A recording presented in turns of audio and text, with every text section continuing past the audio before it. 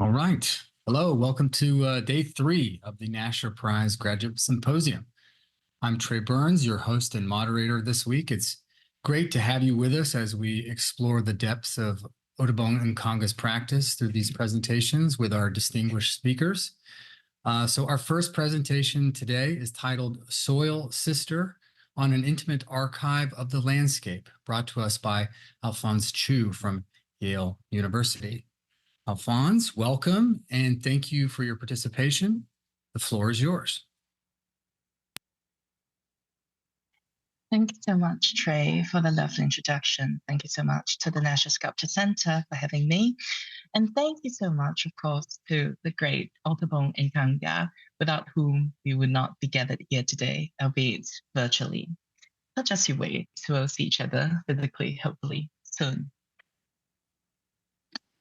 So my presentation today is titled Soil Sister on an Intimate Archive of the Landscape, exploring the relational and representational methodologies embedded within the material practice of Otobong Nkanga. This presentation and paper eventually investigates the roles that the landscape has played as both subject matter and visual context in Nkanga's works, so as to examine how archival imaginaries were deployed to create spaces of decolonial conviviality and knowledge sharing. Close observations of recent works by Nkanga reveal how land and landscapes are made to perform through objects and her own body to animate archival narratives embedded within the viewer's own subjectivity and positionality through a process of what I would call intimation.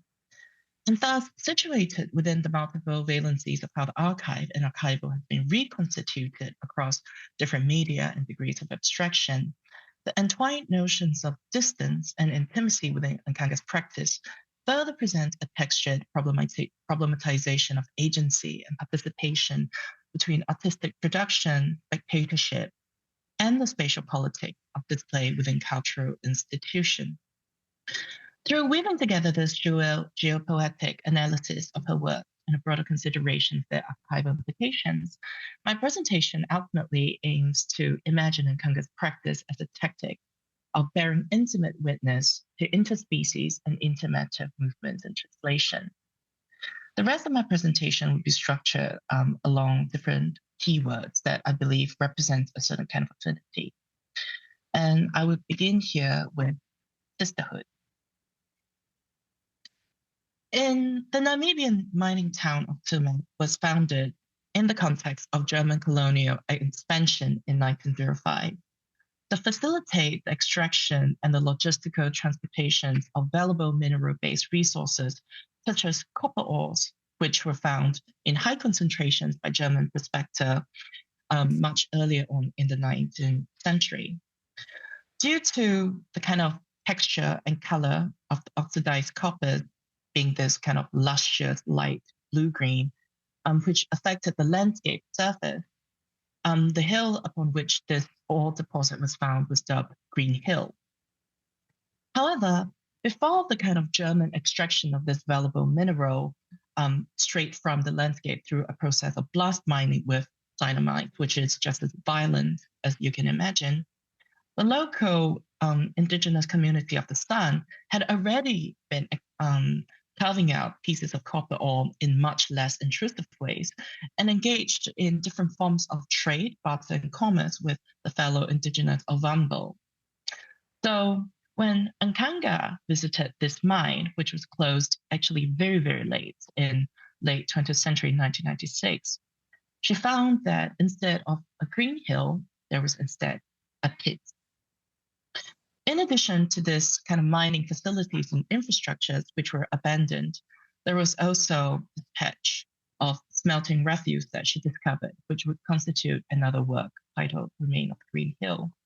And of course, the disused logistical infrastructure that we used to transport the melted copper and sending it back to Europe, where the colonial empire craved this commodity. In reflections of the raw green crown, Nkanga adopts an identity as an avatar of the malachite adorned with a green-gown headdress, conversing with the copper-fired found adorning the top of late 19th century churches in Berlin, one of which is the Gethsemane Kirche and the other is the Kaiser Wilhelm Memorial Church, which was ruined during the course of World War II bombing. Mimicking the spire that adorns the top of the edifices, the conical Melchite headdresses brings to mind this tactility, and it is reflected through a recitation of poems in the context of a short film. As we can see from here, Nkanga addresses the churches directly.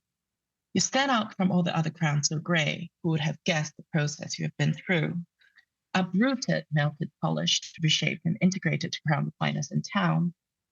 I think of Tumet, the land of Melachite, that must have been where you come from, now empty for all is gone, and the raw hoping for a chance to steal my guts.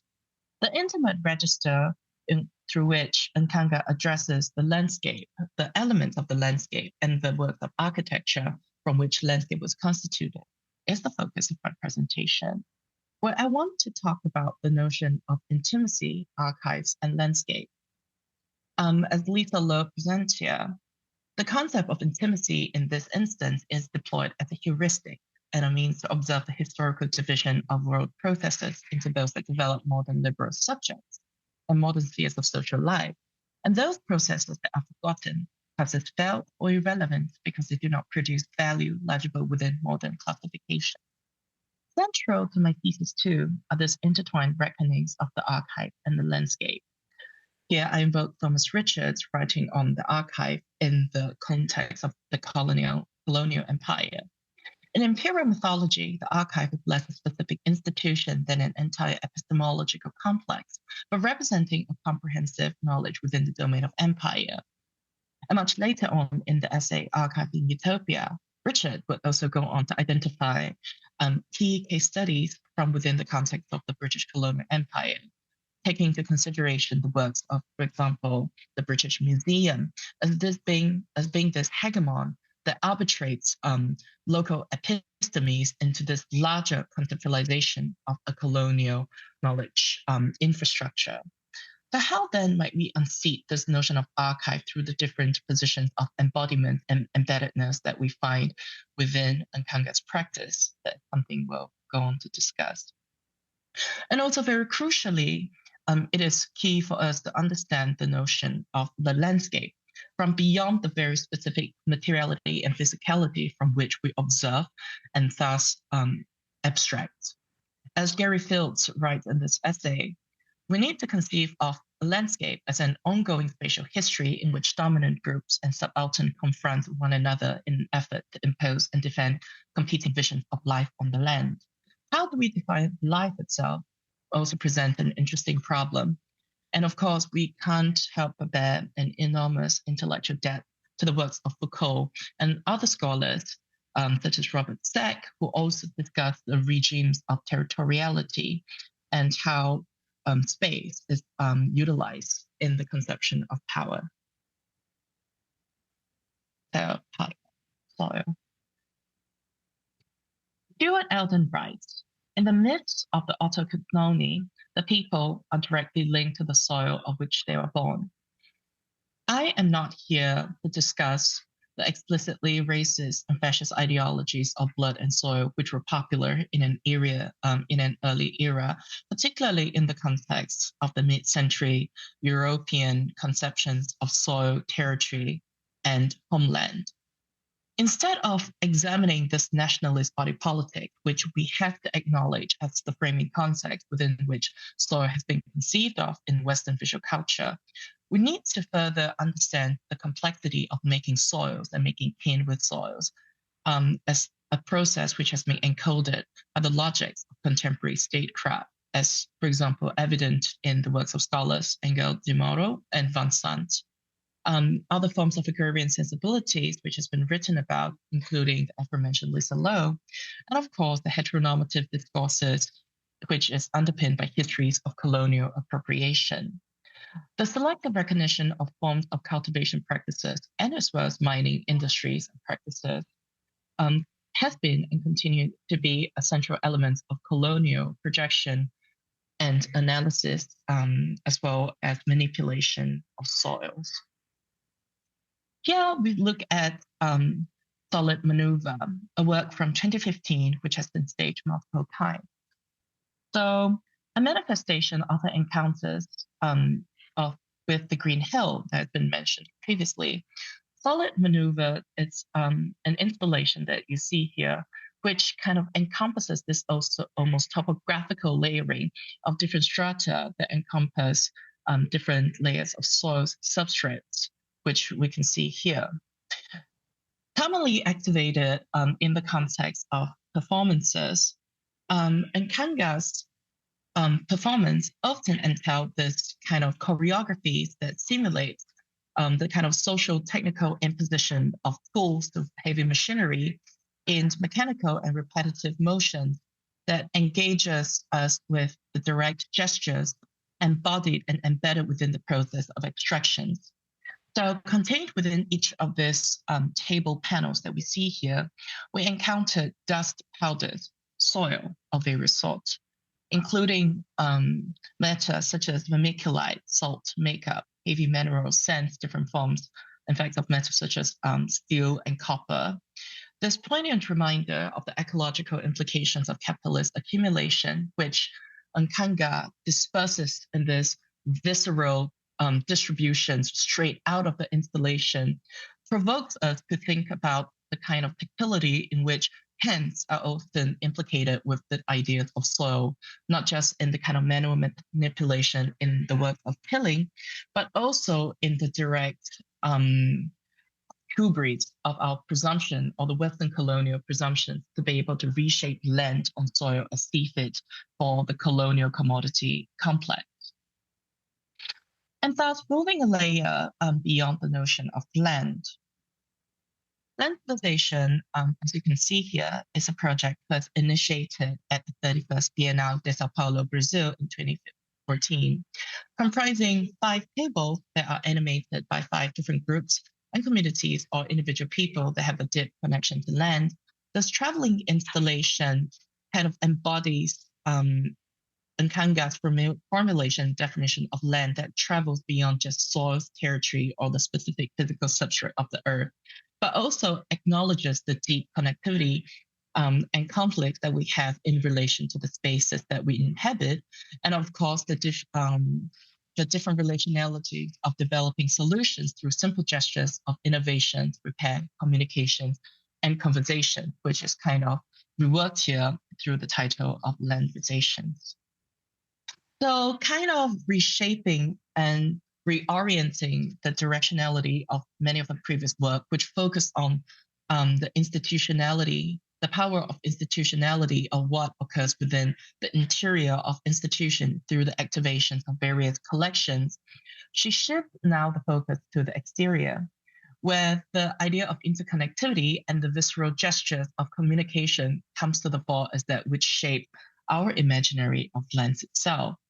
And the various community that populate each of this table could occupy a variety of positions and vocations and life in society, instead of being confined to the rarefied kind of positions that often take place in the context of specific institutions for arts, visual culture, and different forms of creative endeavors.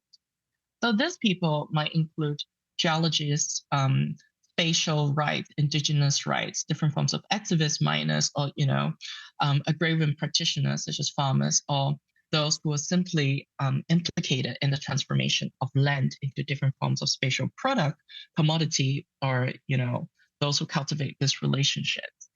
And this project, in fact, has also traveled to a couple of different places and locations, where, for example, in this current plate, we see it set up in the main space of the Beirut Art Center, where these 3 tables were now occupied by 3 Lebanese practitioners who also shares a deep connection to land. Whether an archaeologist, a farmer, or someone more deeply related to industrial activity, the idea of the archive is embedded within each of the bodies that are further activated by those who choose to engage in conversations and conviviality. And thus, the landscape and the archive are animated beyond the singular reductive notions that is created through the colonial instruments, but instead becomes this gray zones of interactivity, but also conviviality that are crucial in creating new forms of intimacy and relationship, not just within each individual node of lens, but also the kind of cross-pollination of ideas and understandings of how we can imagine lens to be. So this presentation was also staged and also took the form of a solo exhibition in the Beirut Art Center, where other works were also showcased. And it goes on to really kind of provide this counterposition or interposition of the specific texture of the interpersonal dimensions alongside Nkanga's often almost excruciatingly beautiful, formal, and large-scale presentation. And instead of the kind of spectacle that she deftly uses and oftentimes disarms in various ways through her performance, for example, Lenversations also provides a very, very granular reading and encounter of how the archive could be thought of as instead a series of relationalities instead of the physical infrastructure that populate colonial visual cultural infrastructures. And here we see also a recent staging of Lenversations as part of the Dhaka Art Summit in Bangladesh at the Shilpakala Art Academy, where we also see this idea of the interpersonal relationship going on to be crucial in how Nkanga positions lens and archive, and of course, the specified intimacy that we see embedded within each encounter. So moving on into landscape. Land becomes landscape in the process of scale and subsumption, an operation that abstracts unwieldy haptic realities into concepts and images malleable and palatable to capital. Economic by logic, ocular by process. The relationship between landscape and extraction is first and foremost a visual one. What you can see is what you can take. But the landscape travels far beyond the very notion of land as an impression of solidity, much unlike, for example, what we may see in solid maneuver that I have shown a couple of slides ago, where the idea of the solid landscape is extracted living behind these empty holes that kind of speaks to this one-to-one transference of relationalities. Instead, the landscape also extends into territories that are heterological. In Unearthed, a solo presentation that was staged at Kunsthaus Groenteman in 2021, Nkanga presents 4 massive installations in each floor of the Kunsthaus that follows the kind of trajectory from the deep sea abyss all the way up to the landscape. So the 4 divisions were abyss, midnight, twilight, and sunlight. In each of these works, an installation of the landscape and the different elements of the landscape is juxtaposed against this huge, magnificent tapestry. I should have selected plates that show you the tapestry with great detailing, but the images are readily available online and they're gorgeous, and I recommend everyone to Google as they need to.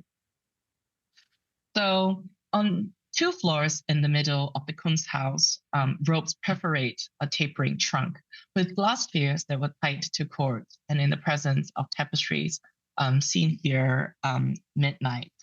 The interconnected movable spheres are in fact climate-controlled display cases that we see in other works by Nkanga.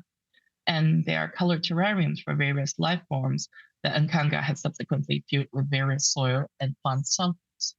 So in this creation of this abstracted landscape, Nkanga returns time and again to the granular notions of soil and land, and kind of really positions the viewer into exploring the intimacy of the gaze from this minuscule level all the way to the larger objects that kind of dot what we see, the peripheral and the sight and the field. Having also written poems that has been inscribed into earthen tablets in each of the 4 floors of the Kunsthaus, this kind of monumental tapestries were conceived explicitly for the space of the Kunsthaus and acknowledge a kind of site-specific presentation that recognizes also the malleability of our relationship to spatiality and the landscape. And in collaboration with designer Martin Roche, this kind of creation of a new landscape dotted with these different features also speaks to the artificiality with which landscape itself exists as an imaginary. And from there on, the kind of understanding of landscape, land, soil, archive, and intimacy becomes important lenses through which we need to understand not just the kind of staging of the spectacular visual form, but also in our embodied position embedded within each perception of what land could be. So I want to close out my presentation with a final quotation from Otobong Nkanga. So, all the earth we carry with us, the dust in our lungs, the crystals in our bodies, the stones in our pockets, the minerals in our blood, our fissure and fractures, our gold, our gems, or come to rest finally in earth. And as a soil sister says to one another, we are all kin on this earth. Thank you so much. Thank you, Alfonse, for that wonderful presentation. Before we move on, I want to remind everyone that our programming doesn't end here. So please join us again tomorrow at 12 p.m. Central Standard Time for our round table discussion, followed by keynote speaker Maria Magdalena Campos Pons. And another quick reminder, if you have any questions during any of these talks, you can feel free to drop those into the chat, and we'll make sure to try to address them tomorrow in the roundtable discussion, again, beginning at 12 p.m. Central Standard Time, same link. So now let's move forward to our next presentation, Woven Narratives, Otobong Nkanga's Meaning Making Through Craft, presented by Bram Groenteman from the University of Amsterdam. Bram, the stage is yours.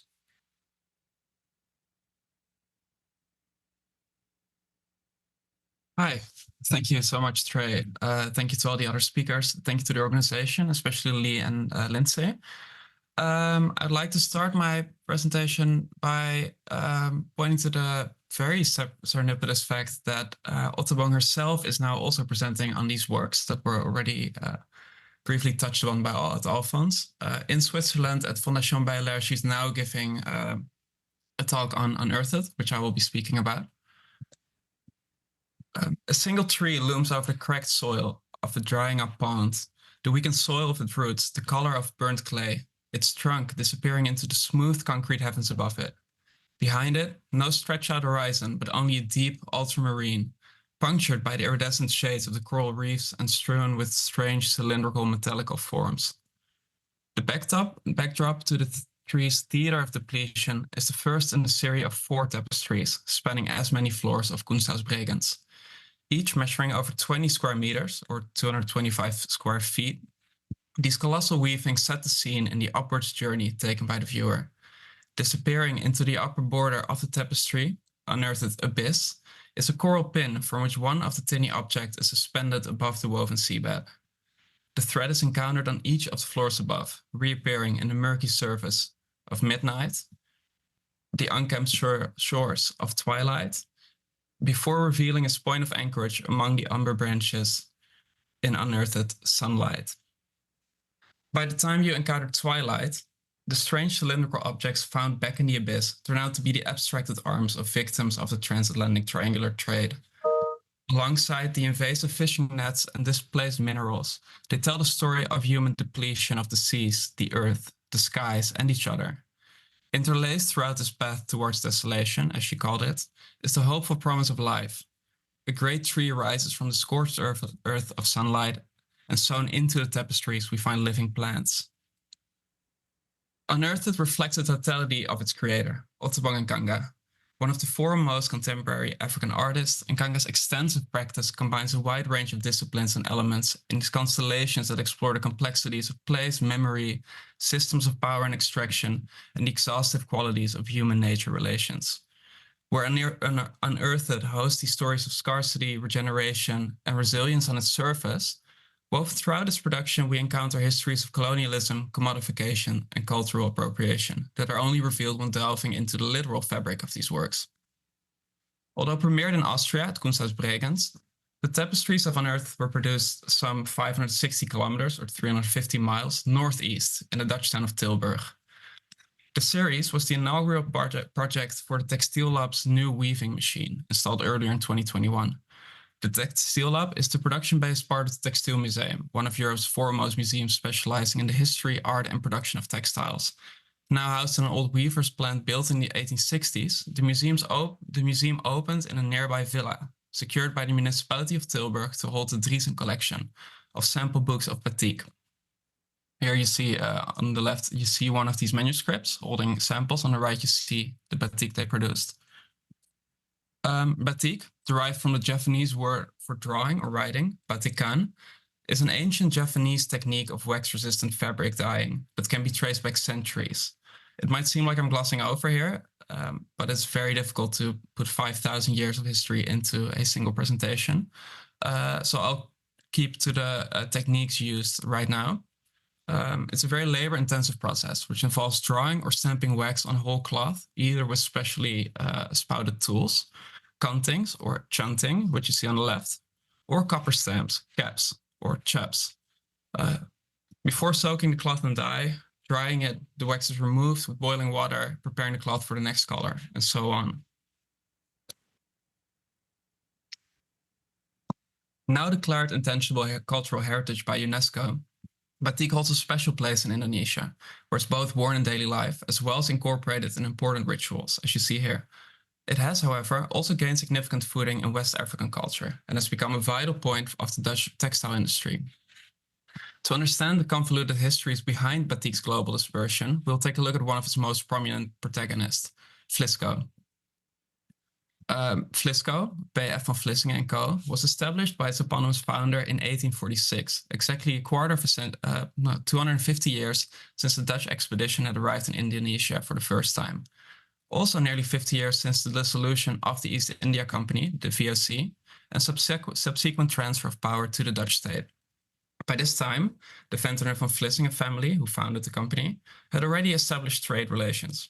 They had sugar plantations in the newfound colony, through which they were able to ship samples of these Javanese batik cottons to the Netherlands. Here, they were able to mechanize the process of batik creation, decreasing its craft while increasing its volume. Throughout the 19th and 20th century, the seemingly ever-increasing demand for these Dutch wax prints, as they were called by this point, led to an influx of producers. Manufacturers specialized in the reproduction of batik popped up all over the country, and cities like Tilburg, which you see on this picture here, about 40 kilometers from Helmond, where Vlisco is located, evolved into bona fide textile centers. By the 1870s, the city was home to about 140 textile factories, responsible for, among other things, over 75% of the country's wool production.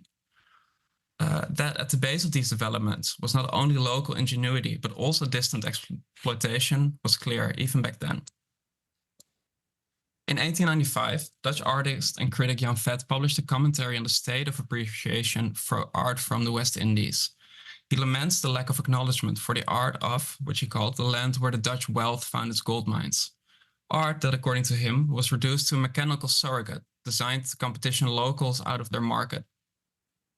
He refers there to one of the goals of Europe's many batik manufacturers, who realized that the exotic implication of imported goods justified a higher price point. By reintroducing the surrogate batiks in the Javanese market, the local manufacturers had to switch to the more economically chap-centered stamped production rather than the elaborate chunting style of drawing. Through this mechanization, however, the fabrics became more unison, conflicting with the local desire for a product reflecting a distinct handiwork.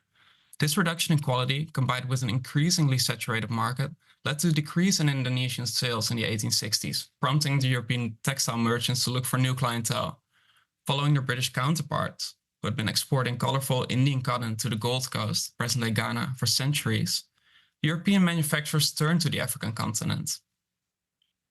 Already appreciative of the bright, non-fading colors and relatively low cost of the British merchandise, the consumers in West Africa had essentially been conditioned for the mechanical batiks now coming in. After sending their first shipment to Africa in 1880, Flisco started hiring local female merchants as consultants to help them gain a sense of local visual culture, fashion conventions, and changing tastes. The wide assortment of fabrics fit many of the local demands, especially the possibility to distinguish oneself through unique prints. Now known under the moniker of Dutch wax print, batik quickly gained a strong footing in the visual culture of West Africa. In this context, the easily distinguishable fabrics quickly earned a spot in daily practices, local customs, and special occasions, similar to Indonesia. Local consumers and merchants started assigning local names, meanings, and symbolic values to specific patterns, something its European manufacturers all too gladly encouraged. Realizing the Africanness gained by their products, companies like Flisco started marketing stories about their fabrics, sent in by local consumers at the invitation of the marketing department, to emphasize their authentic quality.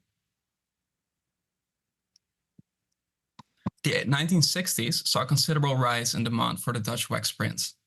Having recently gained their independence, the many peoples of West Africa were left with a nation-state-shaped identity void, left by the oppressors that forced them into these imagined communities and then basically left them to be.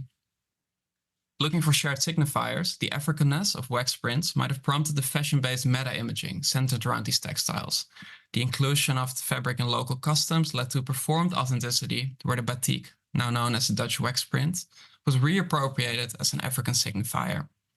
Nowadays, the adoption of these European bastardized versions of Southeast Asian fabrics as African symbols has generated extensive discourse on authenticity, commodification, and appropriation, reflecting in essence Vet's implication that batik, for him exemplary of all cultural output of the West Indies, was seen as a product rather than art. Through the encouragement of the African reappropriation of the textiles, companies like Flisco didn't encourage the development of an African identity, but rather commodified it. Throughout the 20th century, changing markets, war, occupation, mismanagement of unions, and globalized trade led to the demise of the Brabantian textile industry.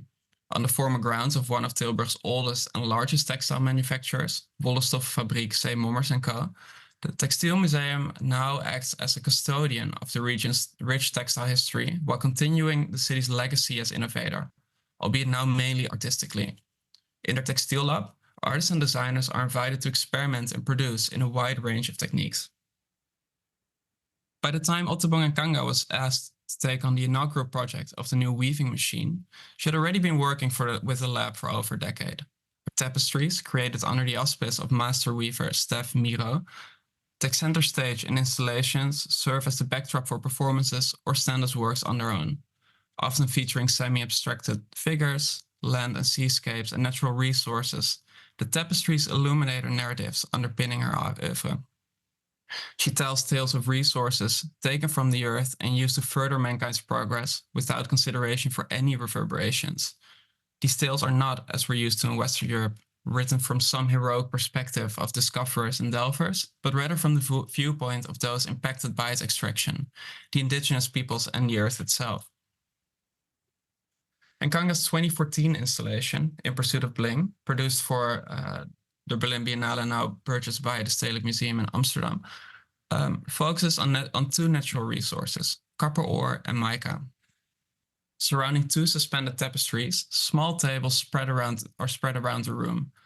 The materials themselves are showcased in their natural form, while built-in screens display how they're processed in modern industry. One of the tapestries, which you see here, the Discovery, takes a more factual approach, presenting mica's molecular structure against a map of all locations this precious mineral can be found.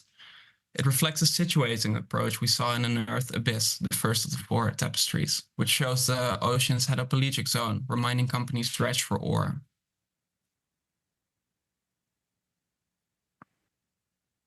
The other tapestry, Transformation, which you see here, is closer to Twilight's focus, on the reverberatory impact on those forcibly involved in the extractions. Stood on a mound of abstracted minerals, we see these two incomplete figures cut off at the waist. In place of their torsos, we find shaft structures. The implication of the devastating effect of extraction extends beyond the environmental into the social. The inhabilitating effect mining has on its environments instills a sense of non-belonging. In works like the 2015 tapestry, The Weight of Scars, which you see here, she shows the lasting effect of those displaced as their land is consumed and changed. Similarly abstracted, the torsos of the two figures in this piece are replaced by a multitude of arms, pulling on opposite sides of an intricate piping system.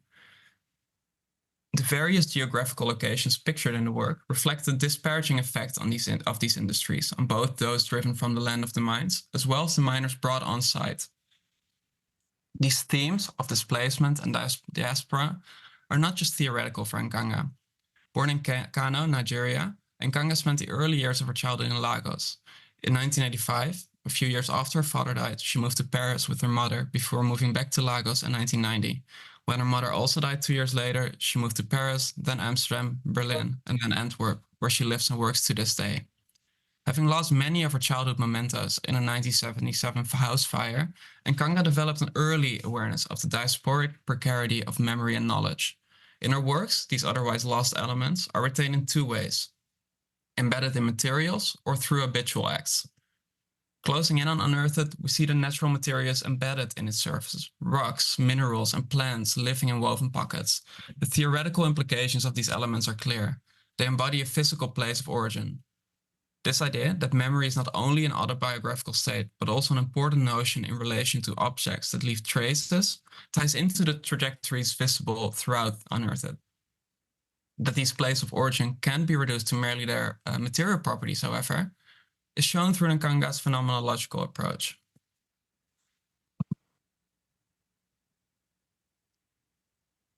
For the work, Taste of a Stone, first conception 2010, and here you see it in the Gropiusbau in 2020 in Berlin, Nkanga created a field of white pebbles, inhabited through its runtime by different performers. Around the various embedded elements, including a tapestry, various stones, and plants, the performers recite poetry, perform dances, and tell stories. Rather than encouraging audiences to assess the flavor of the stones, taste here refers to the artist's belief that the sense embodies everything that one discovers and experiences. Almost synesthetically, the crackling of the pebbles acts as a mnemonic device, evoking sensory associations. In works like the 2012 Contained Measures of a Colonnade, which has also been explored greatly in an earlier session, taste actually does come into play, inviting the audience to come sit across from her amidst an installation on the history and properties of the nut. Nkanga cuts a colonnade in half and shares it with a single participant. Together, the duo experiences the intricate bitter flavor and stimulating effect of the nut slowly before discussing the shared experience at length. In her native Nigeria, the colonnade is a symbol of hospitality, spirituality, and community. That is, if it's split and enjoyed slowly according to the customs of Nkanga's Ibibio people. Here, the second part of her practice comes to light. Even though the material properties of the nuts are still the same, they cannot be enjoyed to a similar extent without the practice surrounding them. This extends beyond mere tradition into knowledge. By chewing it slowly, the nut exudes more caffeine, demonstrated by the long duration of the performance, and it suppresses hunger. This full extent of the colonnade's properties are not experienced unless explored through its accompanying practices. The nut's energizing effect is central to the enjoyment of it by the artist Ibibio people, whereas the nearby Hausa people used to suppress hunger. By reconnecting with these traditional practices, Nkanga shows that embedded in ceremony is knowledge. Perhaps not as ceremonial, but equally significant, are the mundane practices brought along the diasporic trail. In an interview, Nkanga recalls that when her mother started doing batik, she would ask the teenage artist to help her draw intricate patterns on yards and yards of damask and brocade fabrics, which her mother would then dye and sell on to fashion designers in Lagos. Even though the practice was mainly an economic one, the shared act of creation ensured the transfer of knowledge. Little by little, Nkanga states, she would learn the staining techniques, distinguish between synthetic and natural fabric, and recognize the origins of the material.